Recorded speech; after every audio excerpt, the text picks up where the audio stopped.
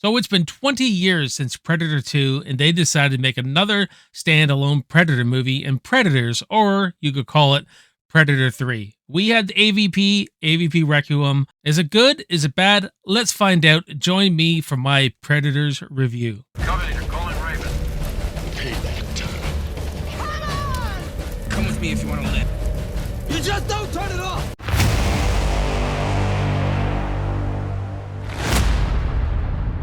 A group of elite warriors parachute into an unfamiliar jungle and are hunted by members of a merciless alien race. What's going on, everyone? Welcome back to the channel. My name is Jason. You're watching Backtrack Cinema, and today's review we'll be talking about Predators from 2010. Now, this was a movie I was really excited about. We had AVP 2, but now it was time to go back to the jungle, give us something kind of familiar. I was excited to see the return to a jungle, return to some familiar territory. Before I really get into everything, I do enjoy this movie. I do get some enjoyment out of it, but there's some really good, and there's some things that just really have always bothered me about this movie that just keep it down a bit from being a great Predator movie. Predators was released in 2010, directed by Nimrod Antal, and starring Adrian, Brody, Laurence, Fishburne, Topher, Grace, and Alice Braga. I do like the director, Nimrod Antal, of this movie. He did a horror movie called Vacancy that I thought was just fantastic. Had a good story. It had a lot of atmosphere. It could be scary when it wanted it to be. So I was excited about him doing Predators. His direction is pretty good. He brought us back to something familiar. Bunch of people thrown into the jungle. He really knew how to capture that first movie well enough. It's a beautiful film to look at. With his direction, the way they utilized the music, the cinematography, they were definitely trying to just grab the fans back again. You know, those deep-rooted fans from that first Predator movie. It just didn't go creative enough. It played it safe on many levels, but there are some real moments of tension that he crafted really well. One scene in particular with Danny Trejo, where the Predator's trying to set them up, and he's going, kill me, kill me. I thought that was a great scene. Production design is really good in this. Like, I just love looking at this film. The jungle and everything's lit really well. I like the look of the freaking Predator camp where they have the classic Predator all strung up and shit. Like, I thought that just looked fantastic. The night scenes looked fantastic. Visually, everything is absolutely solid. Some great supporting characters in this. Like, we get a real funny Walter Goggins in this. We get other side characters that are good. Danny Trejo doesn't last long, but he's pretty impactful of the scenes he's in. I think the standout character for me in this is not even the lead, and that's the female, played by Alice Braga, Isabella, or Isabel. You know, she has this moral compass. She has this moral code she likes to follow. They have a backstory where she recognized the classic Predator from Tales and stuff. So they tied her back to that first movie where she was from around the same village or something like that, where all this shit went down in the first movie. But I really do like her. I think she's pretty tough. She's one who's torn. She wants to do the right thing. She doesn't want to sell anybody out, all that kind of stuff. But it starts playing out like the first movie a lot, which I really enjoy. You know, they're all dropped into this jungle, all strangers, and they just kind of band together and they fight against not just one Predator, but obviously what the title says, Predators.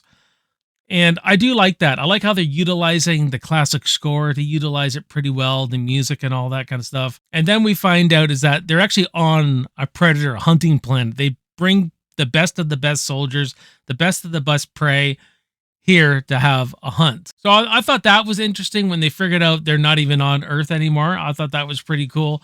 Like, the first half hour or so of this movie is actually really good. It's when they meet Laurence Fishburne's character, this scavenger who's been there quite a while, who's gone freaking crazy. I do not like this character at all. This is where the movie completely slows down. And I just like, you know, was a great time to really speed this movie up and start giving us some really great Predator action and shit like that, but just slowed the movie completely down. One of my favorite scenes when they get a huge explosion and Walter Goggins' character is like, come on, give me your best, come on. And that Predator rips that bitch's spine out.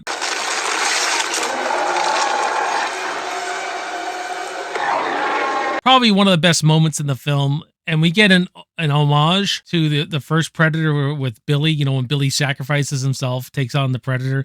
You get something like this, but you get to see it. This scene with the samurai guy facing off against the Predator, I thought was awesome. I thought it was shot really well in the tall grass, the nice wide shots going to up close, back to wide.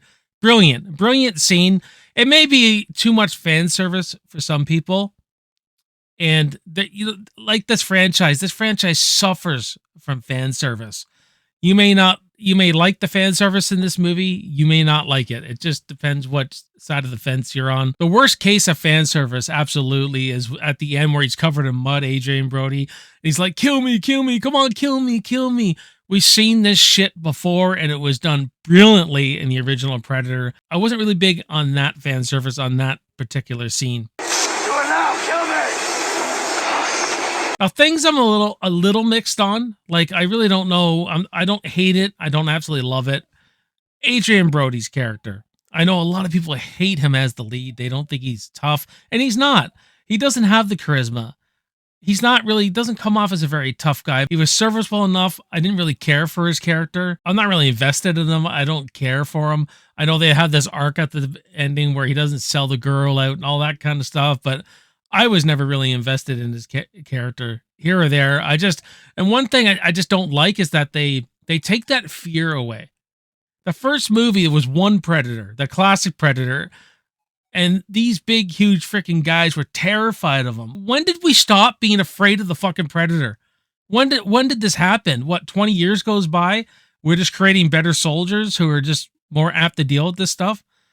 Adrian Brody, he had everything figured out within minutes. There wasn't enough mystery or fear. Like, these people should have been terrified of him. Like, I never felt any fear coming from this character of Royce, played by Adrian Brody. So I'm a little mixed on his performance and stuff like that. I don't love him. I don't hate him. I think, you know what, when I watch this, he's fine. I think Topher Grace's character is handled poorly in this. I mean, when he takes that thing off the plant and he knows it's poisonous already, you're already like, okay, what's with this guy? Like, they're already telling the audience there's something with this guy. They could have hid that better. They could have hid the reveal better. You knew there was something and a twist coming with that guy, so that could have been handled a lot better. The Predators. Okay, we're going to be getting in some negative here. Not a big fan of the look of the Predators in this, except for the classic Predator. I thought the classic Predator, which is played by Derek Mears, by the way, I thought was handled quite well. Especially that shot of him on the tree and everything like that. But we'll get to that in a minute. But they don't look very big in this, the Predators. They look like they have skinny bodies with very large heads. You know, you're not really intimidated by them, or you don't. I never got that sense like in the first movie or even the second movie.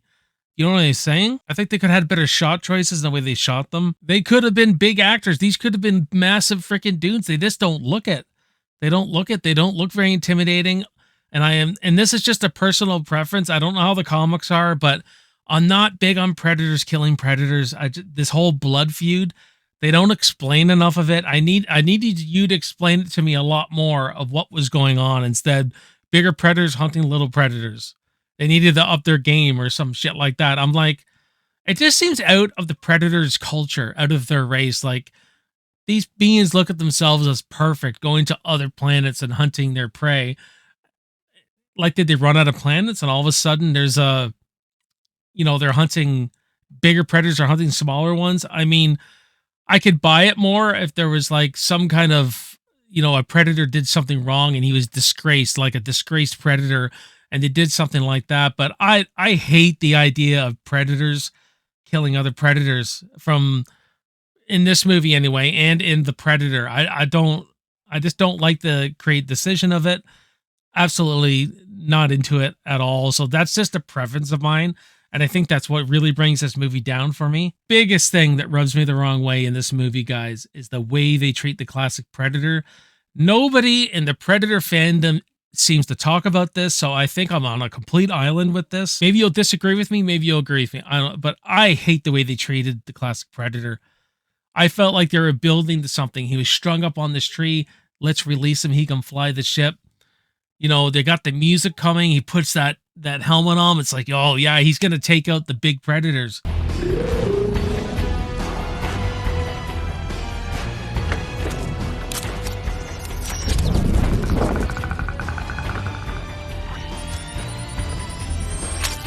just rubs me the wrong way. I was expecting a classic Predator to take out the Predator and like the bigger Predator and just be like, you know, you can't beat a classic, you know, kind of winking to the audience, but they didn't go that way. They kicked me in the fucking balls in the theater. I'm like, what are they doing? And you have a great actor, Derek Mears, playing this classic Predator. How great would it have been? And I just didn't like it. So like the first half of this movie, I'm completely on board with. I really enjoy. I still enjoy the movie for the most part, but it just rubs me the wrong way. So guys, I don't want to make it sound like I completely hate this movie. I don't. I do get some enjoyment out of it. It's just not a great Predator movie for me. So I'm going to give Predators from 2010 a C+. So what do you think about Predators? Do you like it? Don't you like it? Let's have a healthy conversation in those comments, and we'll talk about the movie Predators. Stick around for the end card. I'll send you down the rabbit hole to some more awesome content on my channel. If you're new to the channel, then please like, subscribe to the channel. I swear you won't regret it. The channel is doing amazing right now, really hitting a stride right now, guys. So I would appreciate all the support I could get. My name is Jason. You're watching Backtrack Cinema. I will see you next time, and I will see you in the movies. Cheers.